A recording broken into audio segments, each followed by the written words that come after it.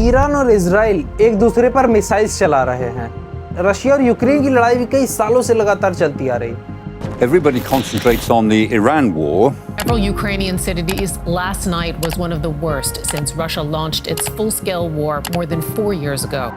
और अगर हिस्ट्री को देखा जाए तो हर जनरेशन ने किसी न किसी बड़ी वॉर को देख रखा है। लेकिन एक अजीब बात है, हर वॉर के साथ एक ऑफिशियल रीजन दिया जाता है। कहीं पे सिक्योरिटी, कहीं फ्रीडम, कहीं सेल्फ डिफेंस।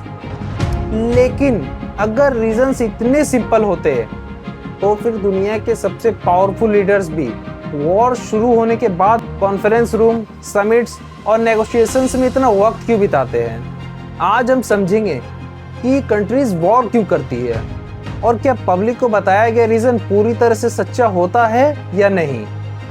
देखिए, रियलिटी तो ये है कि जो वॉर हमें दिखाया जाता है, बताया जाता है, वो विजिबल पार्ट बैटलफील्ड होता है। लेकिन जो रियल वॉर चल रहा होता है वो असल में पॉलिटिकल रूम्स में चल रहा होता है। जब हम टीवी पर देखते हैं कि किसी देश पर मिसाइल चलाया गया है, हमें लगता है कि वो है वॉर का स्टार्टिंग पॉइंट।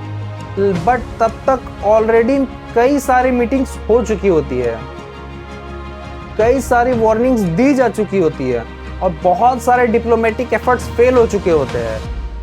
लेकिन सवाल ये उठता है कि अगर लीडर्स को वॉर के सारे कंसिक्वेंसेस मालूम होते हैं तो फिर किसी भी कॉन्फ्लिक्ट को अवॉइड करना इतना मुश्किल क्यों हो जाता है। इसका एक बड़ा आंसर रिसोर्सेज में छुपा हुआ है। हिस्ट्री में ऑयल, गैस, ट्रेड रूट्स और स्ट्रेटेजिक लोकेशंस ने कई सारे कॉन्फ्लिक्ट को शेप किया है, क्योंकि रिसोर्सेज सिर्फ रिसोर्स नहीं होता है, वो इकोनॉमिक पावर होता है और इकोनॉमिक पावर का मतलब ही होता है इन्फ्लुएंस। जैसे ईरान इजराइल वॉर स्टार्ट होने के बाद ईरान ने सबसे पहले स्ट्रेट ऑफ हॉर्मुज को ब्लॉक किया, क्योंकि पूरे वर्ल्ड का 20% क्रूड ऑयल उसी स्ट्रेट ऑफ हॉर्मुज से क्रॉस होता है। और जब रिसोर्सेज ही बंद कर दिए जाते हैं तो सिर्फ पर्टिकुलर एक कंट्री पर नहीं बल्कि पूरे वर्ल्ड के इकोनॉमी पर इफेक्ट पड़ता है, और जिसका इफेक्ट हम इंडियंस को दिख भी रहा है अब। इसीलिए पाइपलाइंस, शिपिंग रूट्स और एनर्जी नेटवर्क्स इतने इंपॉर्टेंट बन जाते हैं। लेकिन अगर रिसोर्सेज ही सब कुछ है तो फिर कुछ कंट्रीज रिसोर्सेज के बिना भी वॉर में इन्वॉल्व क्यों हो जाती है। यहाँ एंट्री होती है सिक्योरिटी की। इंटरनेशनल पॉलिटिक्स में कॉन्सेप्ट है, अगर एक कंट्री अपनी मिलिट्री को स्ट्रॉन्ग करती है तो उसका कहना होता है कि वो सिर्फ अपनी सिक्योरिटी को इंप्रूव कर रही है, लेकिन उसका नेबर कंट्री से थ्रेट समझ सकता है, फिर वो भी अपनी मिलिट्री को बिल्डअप करने लगता है। फिर पहली कंट्री और ज़्यादा प्रिपेयर करने लगती है और धीरे धीरे दोनों कंट्रीज के बीच में डिस्ट्रस्ट बढ़ने लगता है। इंटरेस्टिंग बात तो ये है कि दोनों कंट्रीज अपने आप को डिफेंसिव समझ रही होती है, लेकिन फिर भी कॉन्फ्लिक्ट के चांसेस बढ़ते रहते हैं।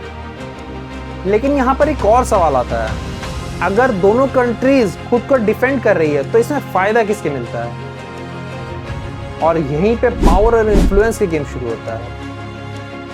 हर बड़ी कंट्री चाहती है कि उसका इन्फ्लुएंस बना रहे, उसके अलायंसेस उसके साथ रहे और उसके कॉम्पिटिटर्स ज्यादा पावरफुल ना हो जाए। इसीलिए कई बार कंट्रीज डायरेक्ट बैटलफील्ड पे नहीं उतरती है, वो अलायंसेस बनाती है, पॉलिटिकल सपोर्ट देती है और इकोनॉमिक प्रेशर क्रिएट करती है, और कभी कभी प्रॉक्सी कॉन्फ्लिक्ट का हिस्सा बन जाता है। लेकिन अगर पावर और इन्फ्लुएंस इतने इंपॉर्टेंट है तो पब्लिक को अक्सर सिर्फ सिक्योरिटी और फ्रीडम की रीजन क्यों दिया जाता है। क्योंकि पब्लिक नैरेटिव बहुत सिंपल होता है, लेकिन रियलिटी में एक वॉर के पीछे काफी सारे लेयर्स हो सकते हैं, जैसे resources, security concern, political interest, regional influence, future threats का डर, और कई बार ये सारे फैक्टर्स एक साथ काम कर रहे होते हैं। इसीलिए किसी भी वॉर को, कॉन्फ्लिक्ट को समझने के लिए सिर्फ उसके हेडलाइंस को नहीं देखना पड़ता है, उसके कॉन्टेक्स्ट को भी समझना पड़ता है। लेकिन सबसे बड़ा सवाल, लीडर्स वॉर करने का डिसीजन कब करते हैं? आमतौर पर तब जब किसी भी लीडर को लगता है कि वॉर होने से उन्हें ज्यादा फायदा मिलने वाला है। तब कॉन्फ्लिक्ट का खतरा बढ़ने लगता है, चाहे वो कैलकुलेशन सही हो या गलत। और इसी पॉइंट पर डिप्लोमेसी फेल हो जाती है।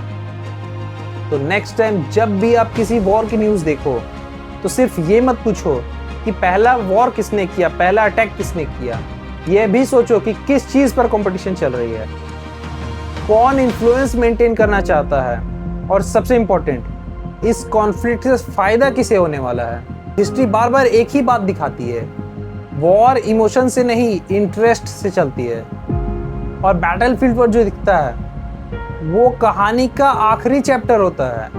और शायद इसीलिए हिस्ट्री को समझना इतना इंपॉर्टेंट होता है। जब आप वॉर के पीछे के पैटर्न्स को देखना शुरू कर देते हो तो वॉर से वॉर नहीं हो जाता, एक बड़ी कहानी का हिस्सा बन जाता है।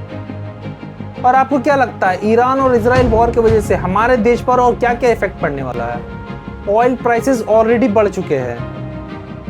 तो आपका इसके में क्या ओपिनियन है, कमेंट सेक्शन में ज़रूर बताएं।